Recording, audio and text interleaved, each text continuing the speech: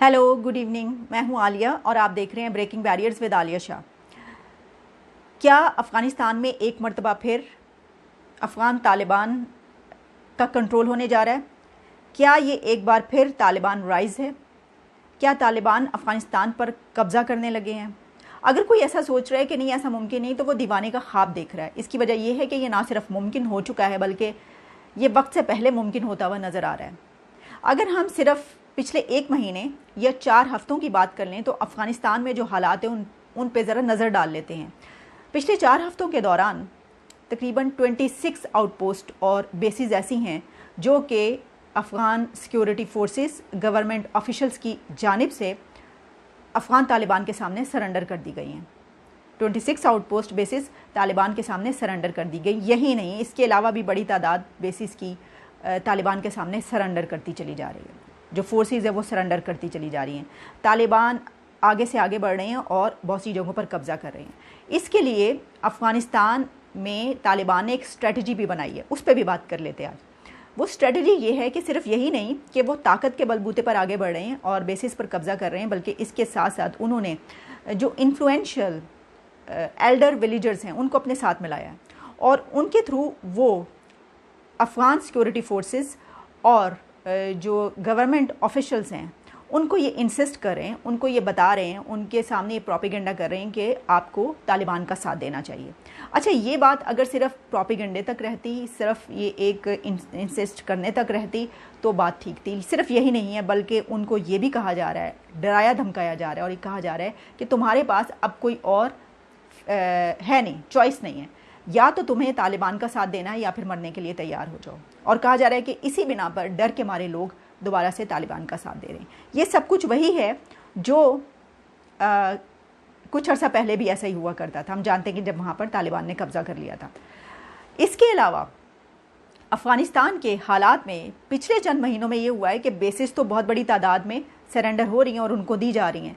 साथ साथ वो तमाम बेसिस, वो जगहें जहाँ पर कभी इंटेलिजेंस चीफ्स, लोकल गवर्नर्स या पुलिस का होल्ड हुआ करता था, कंट्रोल होता था, वहाँ पर अब उन जगहों पर, उन बेसिस पर, उन सब की जगह तालिबान का कंट्रोल है, तालिबान का होल्ड है। ये सूरत हाल ऐसी है जो बहुत ही ख़तरनाक है। इसकी वजह यह है कि जो नेटो फोर्सेस, यूएस फोर्सेस थी, वो तो वहाँ पर इसलिए मौजूद थी ताकि दुनिया का अमन कायम रह सके। बिलियन डॉलर्स लगा कर वहाँ पर हज़ारों की तादाद में जो फ़ौजी आए थे वो वहाँ पर रहते थे। उनका मकसद ये था कि दुनिया के जो पीसफुल एक एटमॉस्फेयर है उसको दोबारा से लाया जाए और उसको कायम रखा जाए। लेकिन अब लग रहा है कि वो सब कुछ उलट हो गया है, क्योंकि वो बिलियन डॉलर्स क्या ज़ाया हो गए, कहाँ चले गए। अगर हम तादाद में जाएंगे, हम देखेंगे कि कितना ख़र्चा किया गया, तो 20 मिलियन डॉलर तो जो है वो एक अभी कुछ साल पहले ही एक प्रोजेक्ट था वहाँ पर जिसके ऊपर लगाए गए थे बगराम एयरबेस पे। बगराम एयरबेस जो कि अफ़गानिस्तान में नेटो फोर्सेस और अमेरिकन फोर्सेस का हब कहा जाता था।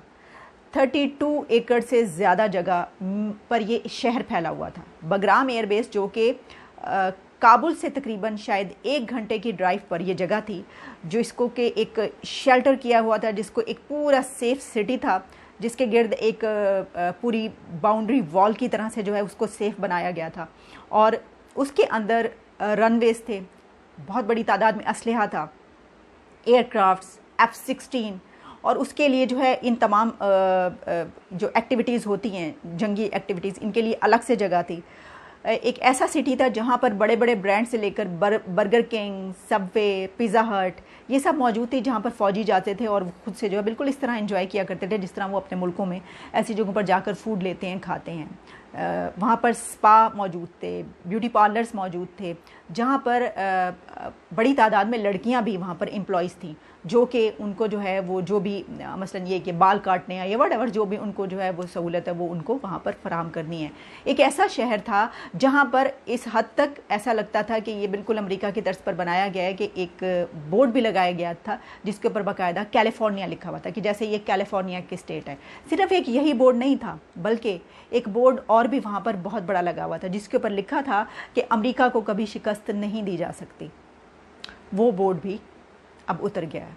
ना सिर्फ वो बोर्ड उतर गया है, क्या ये अल्फाज कि अमेरिका को कभी शिकस्त नहीं दी जा सकती, तो क्या हार मान ली गई है? और अगर हार मान ली गई है तो क्या अब जीत तालिबान की होगी? और अगर जीत तालिबान की होगी तो फिर ये जो एक एक्सरसाइज थी जिस पे बिलियंस डॉलर्स खर्च हुए, जिसके ऊपर बड़ी तादाद वहाँ पर फ़ौजियों की गई, जहाँ पर इतने ममालिक के फ़ौजियों की जानें चली गई, तो फिर उसका क्या होगा? ये एक लंबी डिबेट होगी। अभी हम इस पे बात नहीं कर रहे। अभी हम सिर्फ ये बात करें कि इस वक्त अफ़गानिस्तान की सूरत हाल क्या है।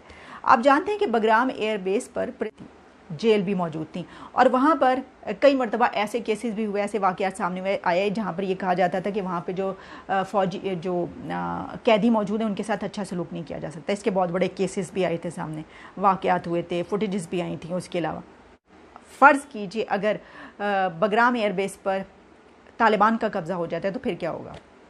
गो के वहाँ पर अमेरिका ने वो तमाम उसको तबाह कर दिया है। कहा जा रहा है कि बगराम एयरबेस को पूरी तरीके से तबाह कर दिया गया। वहाँ पर जो भी कोई भी ऐसी चीज़ मौजूद थी उसको ख़त्म कर दिया गया और उसके बाद कुछ ही दिनों में इसको अफ़गान हुकूमत के सपुर्द कर दिया जाएगा। लेकिन अफ़गान गवर्नमेंट अगर फ़र्ज़ कीजिए कोलैप्स करती है या कुछ ऐसा होता है तो फिर ये बगराम एयरबेस भी किसके हाथ आएगी, किसके कब्ज़े में आएगी? तालिबान के कब्ज़े में। और फिर वो उस पर अपने उन मुखालफिन के साथ वही कुछ करेंगे जो वो करते रहे। इसीलिए कहा जाता है कि जो जंग होते हैं उसके कुछ इंटरनेशनल रूल्स जो रखे गए हैं यूएन की तरफ से, उन पे अमल करना चाहिए। इसकी वजह यह है कि जब आप एक मुल्क अगर उन रूल्स को वायलेशंस करता है तो दूसरे तमाम कंट्रीज़ जब उनके कब्ज़े में जो है वो नजर जाएंगे तो उनके साथ यही सलूक किया जाएगा। लेकिन जब ताकत का नशा होता है तो फिर कोई देखता नहीं है, फिर ये नहीं देखा जाता कि क्या कर रहा है। इसीलिए कहते हैं कि जंग एक ऐसी चीज़ है जिससे सिर्फ इंसानियत को ख़तरा होता है, इंसान मरते हैं, इससे कभी कोई फ़ायदा नहीं होता। लेकिन अभी हम क्योंकि अफ़गानिस्तान की बात कर रहे हैं तो इस पर यह भी बात कर लेते हैं कि इसके नतीजे में, जैसा मैंने आपको बताया कि कितनी जल्दी से पेशकदमी हो रही है तालिबान की अफ़गानिस्तान के अंदर, इस सूरत हाल में पाकिस्तान एक बहुत ही सेंसिटिव पोजीशन पर है इस वक्त। क्योंकि अमेरिका ने जो अड्डों की, फ़ज़ाई अड्डों की भी बात हो रही थी, तो पाकिस्तान को तो ना सिर्फ ये कि अफ़गान तालिबान ने भी धमकी लगा दी, बल्कि चाइना ने भी ये कहा, तालिबान की तरफ से कहा गया कि अगर उनके ख़िलाफ़ अड्डे फराहम किए गए, और ये वो ना भी कहें तो ये बात अंडरस्टूड बात है कि अगर तालिबान जो कि वहाँ पर कब्ज़ा कर लेते हैं और उनके ख़िलाफ़ अगर अड्डे यहाँ पर मिलते हैं तो फिर उस सूरत में वो उनका जो टारगेट होगा वो अमेरिका तो बहुत दूर है, 7 समंदर पार, उस सबसे पहले उनका टारगेट पाकिस्तान होता है।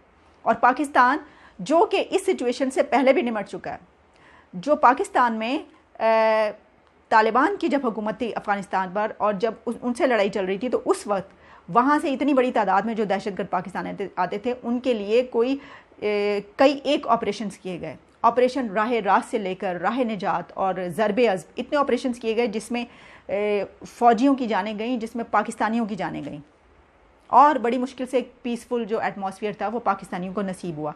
लेकिन इस सूरत हाल में लग रहा है कि अब वो खौफनाक दिन दोबारा आने जा रहे हैं जिनके बारे में शायद सोचा भी नहीं जा सकता। और सिर्फ यही नहीं, इंडिया पे जो असरात मुरतब होते हैं इस सूरत हाल में वो भी हम जानते हैं। ये जो रीजन है पूरा, इसके हवाले से जो है ये बहुत ज़्यादा रिजर्वेशंस पाई जाती हैं कि इसके बाद क्या होगा। और जिस तरह मैंने कहा कि अफ़गान तालिबान ने तो कह ही दिया, धमकी जो है वो उस तरफ से तो लगाई जाती है, लेकिन चाइना की तरफ से भी ये कह दिया गया कि अगर आपने आगे बढ़कर कुछ ज़्यादा अमेरिका की मदद करने की कोशिश की तो ये अच्छा नहीं होगा। लेकिन पाकिस्तान ये भी कहता है कि अगर अमेरिका के अलग हो जाने से, अमेरिका के दूर चले जाने से एक वैक्यूम क्रिएट होता है तो ज़ाहिर है उस वैक्यूम को कौन फिल करेगा? चाइना। और जब चाइना ये वैक्यूम क्रिएट करता है तो वो अमेरिका को पसंद नहीं आता, वो कहता है कि नहीं, ये तो नहीं होना चाहिए। यही वजह है कि अमेरिका फिर दोबारा वापस लौट कर आया, उसने कहा कि हमें यहाँ पर बेसिस चाहिए, और उसके अलावा जो एक ताल्लुकात हैं वो दोबारा से जो है वो रिन्यू हो रहे हैं। लेकिन क्या ये ताल्लुकात प्रैक्टिकली एक सॉलिड हमारे जो है रिलेशंस कायम होंगे या सिर्फ ऊपर की बातचीत होगी? ये तो आने वाले दिनों में पता चलेगा। लेकिन इस वक्त हम सिर्फ जो बात करते हैं वो अफ़गानिस्तान की क्योंकि बात करें तो उसी पे हम रहते हैं कि ये सिचुएशन ये बता रही है कि आने वाले दिन इस रीजन के लिए बहुत ख़तरनाक होने वाले हैं। और आप ये जानते हैं कि अमेरिका हर सूरत इस सिचुएशन में अफ़गानिस्तान को कंट्रोल करने की कोशिश करेगा और ज़ाहिर है कि होल्ड करेगा। और उस सूरत में जब हमले होते हैं तो सिर्फ पाकिस्तान और इंडिया में नहीं इंतशार फैलता। अटैक सिर्फ इन दोनों कंट्रीज़ में तो होते ही हैं, लेकिन इसके साथ साथ अमेरिका को भी आप जानते हैं कि, तो ये कहा जा रहा है कि आने वाले दिनों में अगर किसी ऐसे कंट्री में कोई बड़ा ऐसा वाक़या हो गया तो फिर जो हालात हैं वो बहुत ही मज़ीद ख़राब, बदतर से बदतर होते चले जाएंगे। तो अभी तक के लिए इतना ही। मैं अफ़गानिस्तान की वो सिचुएशन बताना चाहती थी जो विड्रॉल के बाद इस वक्त हो चुकी है। और अभी तो ये जो सिचुएशन है, ये मैंने आपको पिछले 4 हफ्तों की, 1 महीने की बात बताई कि वहाँ पर कितने तेज़ी से जो है वो आगे बढ़ रहे हैं, और अगले 1 महीने में वो कहाँ पर पहुँचते हैं आपको पता चली जाएगा। इजाज़त दीजिए, किसी और अच्छे से एक्सपर्ट को हम लेकर आएंगे जो कि इस सिचुएशन पर हमसे बात कर सके। Thank you.